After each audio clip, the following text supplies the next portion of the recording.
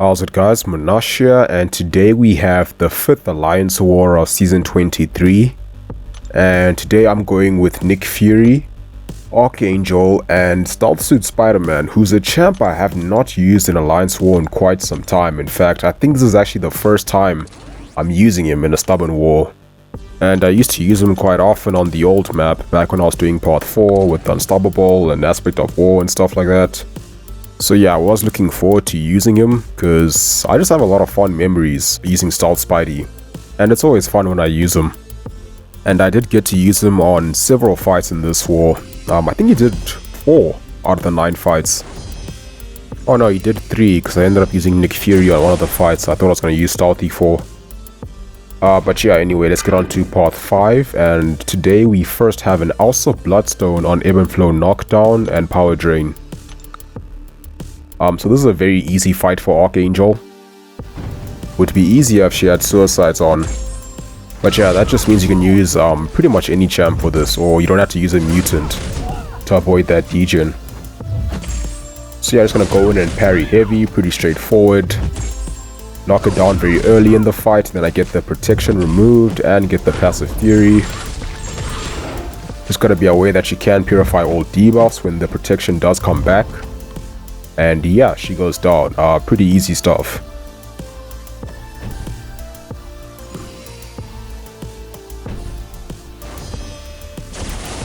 Alright, and now we have Mordo, and this is quite a common placement for Mordo I'm seeing now, with the heavy hitter node.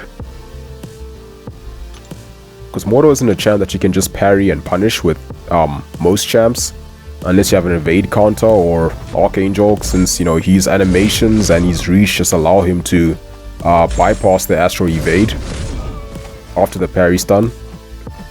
So it actually is a pretty comfortable fight with Archangel. Even though he is immune to passive ability accuracy reduction, Archangel just shreds it. He's got some very good damage over time.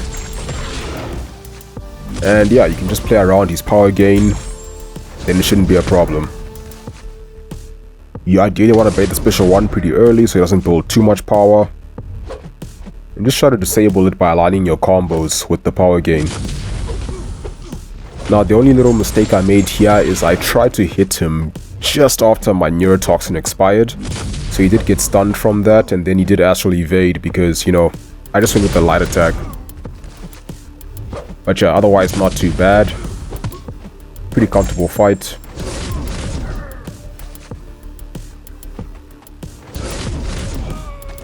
And he goes down.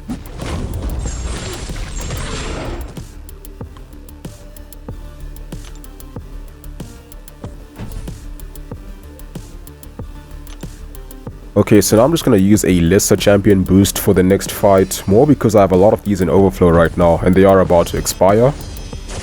Okay, so next up we have this rank 3 Mojo on the Power Snack node. So this is a fight that Archangel works really well for.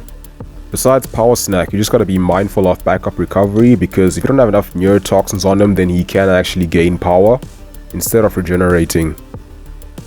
Fortunately, Mojo is a champ who is relatively easy to stack a lot of neurotoxins against him just due to his special 1. So I go in with Archangel. I'm just going to parry heavy for pretty much the entire fight. And I'm going to try to avoid triggering dexterity as well.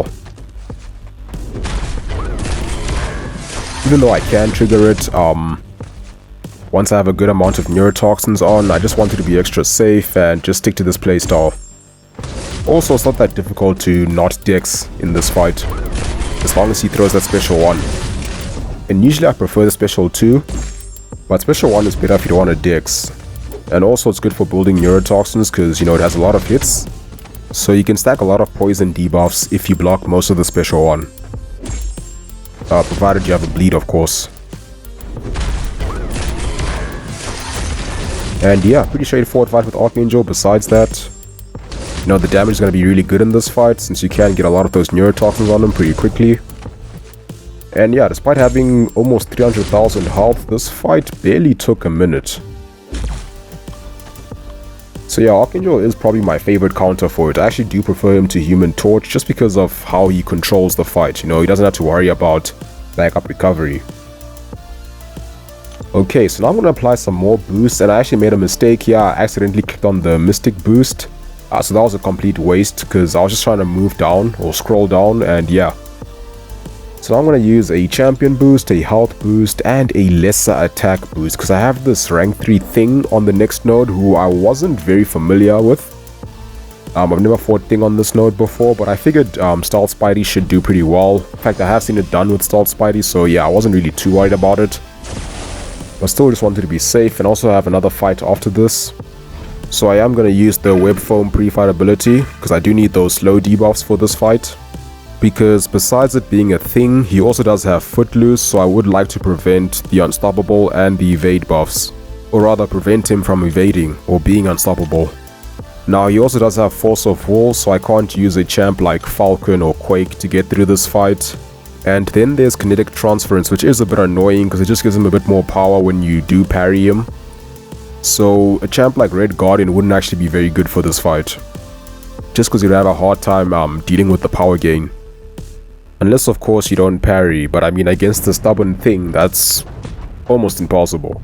So I go in with the Stealth Spidey and I also use an advanced power boost so I can get to the special 2 a bit faster and get the extended slow debuff.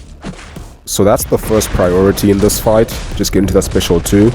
However, I do need to apply a slow debuff with the light attack before that, just so he doesn't go unstoppable after he throws special 1 with Footloose. Okay, and now I have the extended slow, so I should be pretty comfortable for this fight now. Now the next thing I need to do is throw the special 1 to get the precision passive, just so I can crit a lot more, make the fight go faster. And yeah, now it's looking pretty comfortable, you know, I just gotta keep up the tempo of the fight and maintain or just refresh that slow debuff. And I'm not gonna wait too long to do it, because I don't want to be in a situation where he's playing a bit too passively and I can't get in that light ending combo quickly enough. But yeah, once everything is set up, it is a very comfortable fight for Stealth Spidey and actually quite a fun one.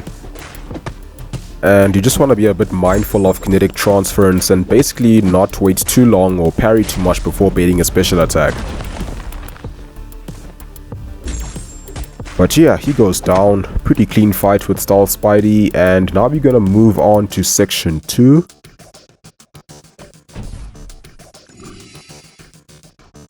Still on path 5, so now we're doing Ebb and Flow Intercept, and now we have a rank 3 Thor Ragnarok. And this is a champ that you can't reliably intercept because he does have a chance to auto block. So I am going to use Nick Fury for this one because he is stun immune when he gets auto blocked, so yeah, it's a very safe fight with him. But this was kind of funny because I didn't even rely on auto blocking for this fight. It just wasn't happening for me today.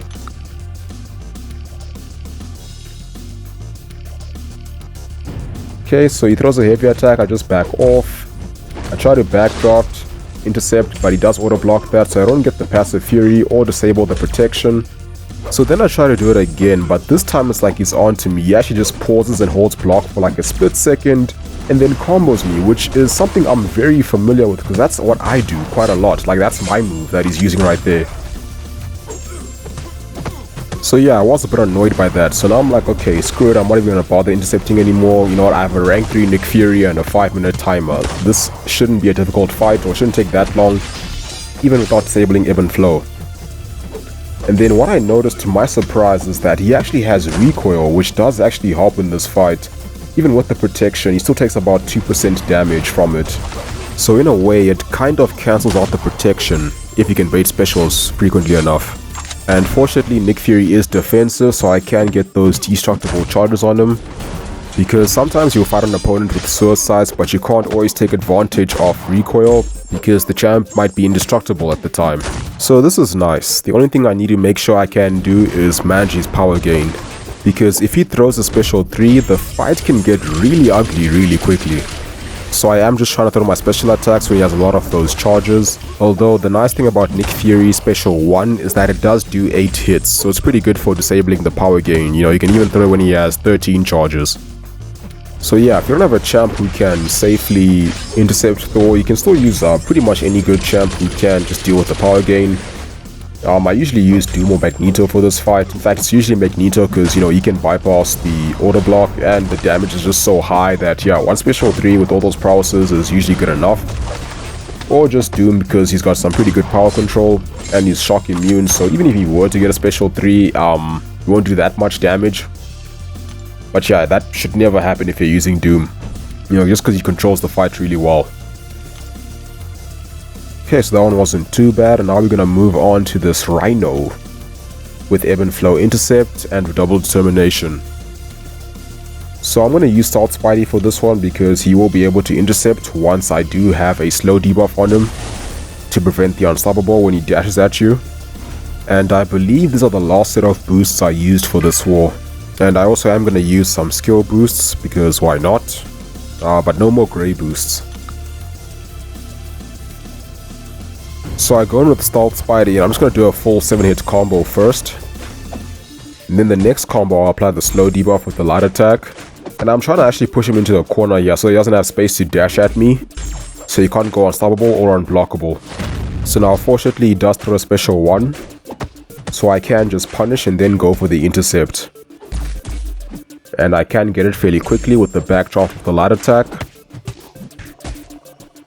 And yeah, now I've got the Fury passive from intercepting him. So now what I need to do is get my own Fury from refreshing the slow debuff. So I am going to use the special 2 to do that, so I can also get the extended slow. And that took a bit long to do that because now my Fury passive from Ebb and Flow is about to expire. So now this was actually quite an interesting fight with Stealth Spidey because one thing I didn't realize at the time is that he can actually pause the duration of the Fury passive you get from Ebb and Flow. Because one of Stealthy's abilities is that when you dash back, you do pause the duration of all your passives. But I never imagined it would also work with passives from nodes. So the fight actually could have gone a bit better or a bit faster if I used that to my advantage a bit more. Because the other problem is that when Ebb and Flow returns, he does purify all debuffs, so your slow will be gone at that stage. So I really should have actually used that to my advantage, I just didn't know about it at the time. So it can be a bit of a tricky fight if you don't do that. But eventually I do apply another slow debuff, and I can intercept once again, get that second passive Fury, and do a good amount of damage.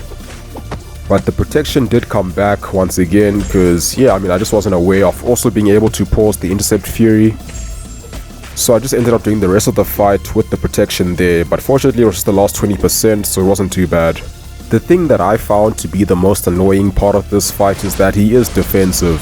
So you do need to block to remove the indestructible, but trying to parry when he dashes at you isn't safe because he does have a chance to go unblockable, especially against small champs.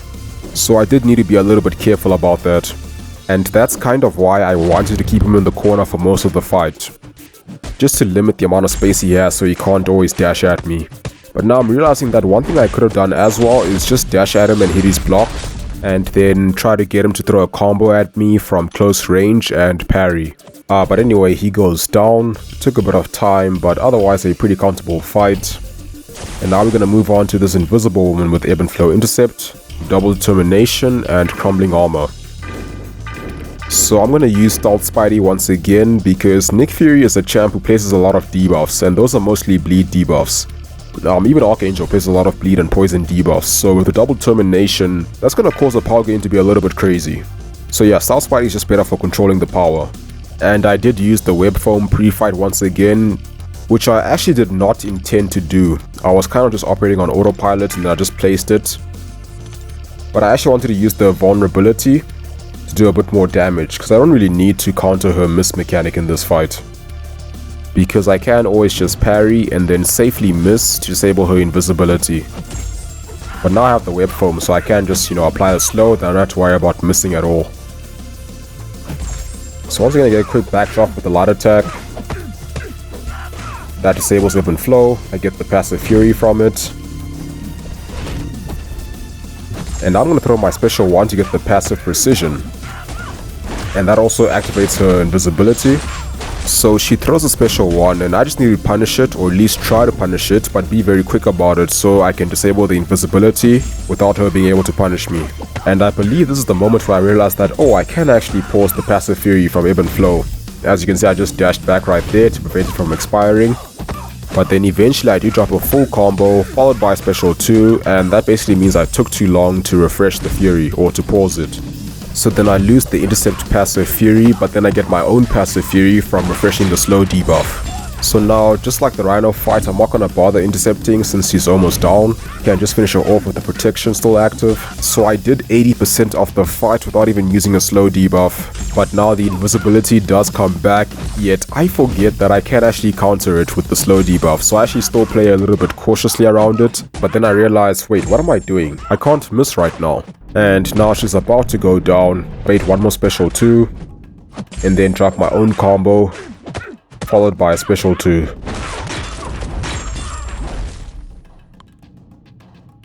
Okay, so that's section 2 taken care of. Stout Spidey did pretty well there. Now we're going to move on to some mini bosses. And today I have this rank 3 Void on the left with Hertz Locker, Enhanced Special 1, Power Focus 1, and Power Drain. Okay, I lied. I thought I used my last set of boosts in section 2, but I just used one more lesser champion boost for these last 2 fights. I actually forgot about that. Now you're gonna witness what I call an extremely reckless Void fight. Yeah, I couldn't have played any more carelessly in this fight, and I wasn't really worried about it because I had the decoy still. And eventually I was gonna need to remove it because I am taking the boss as well. So first thing I do is get hit by Void Special 1, did quite a bit of damage. I was trying to do the whole Dex trick where you sort of dash forward after the first part, then you Dex the second part from close range, which will allow you to safely punish it more reliably. But I just tried to Dex it a little bit too early, but fortunately Nick Fury can quite easily remove those non-damaging debuffs. So just parry heavy and they all get purified. This time I do time the special 1 Dex right, and punish with the 20th hit on my combo, so the debuff gets purified. And I am going to be holding block quite a bit to prevent that special 1 from being thrown most of the time. And I can just re-parry. And then I've dropped another special 2, so that's back-to-back special 2s, so that triggers Hurt Locker. But I got a stun on him, so I thought maybe I can drop a heavy attack before the delayed blast, but I was just a bit short, so I did take all that damage. And then I thought I could drop another heavy attack before the stun expires maybe, but nope, he throws a special 1 instead, so that takes me into the real Nick Fury stage. So I just drop a heavy attack and he goes down. So yeah, that was a pretty flawless Void fight, definitely one of my best. I mean, I even finished with 86% health, so yeah, pretty clean. Okay, and last but not least, we gotta move on to the boss, and today we have a rank 3 Immortal Hulk.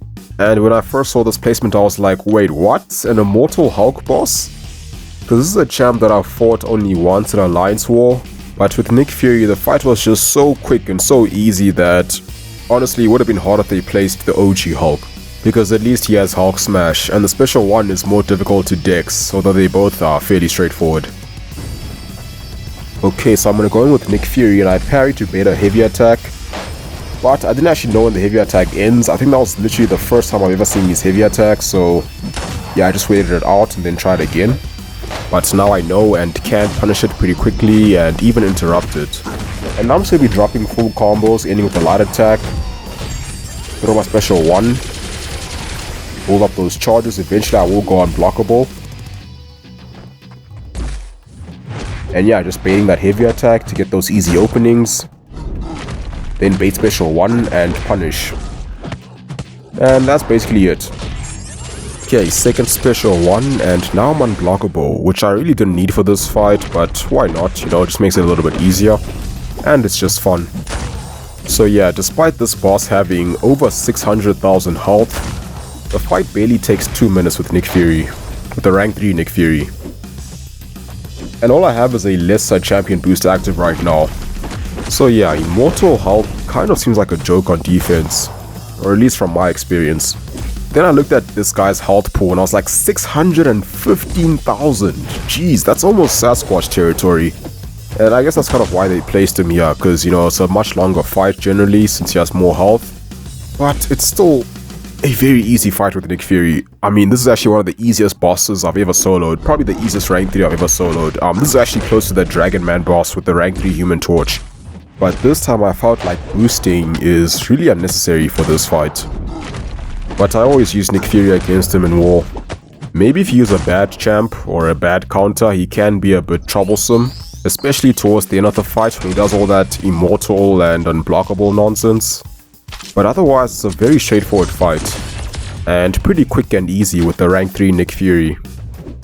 So yeah, that's going to be it for this video, and unfortunately we did end up losing this war, but well done to Matrix. They played pretty well against us, although they are a pretty good Master Alliance, and quite similar to us in terms of stats and rating, so pretty balanced matchmaking.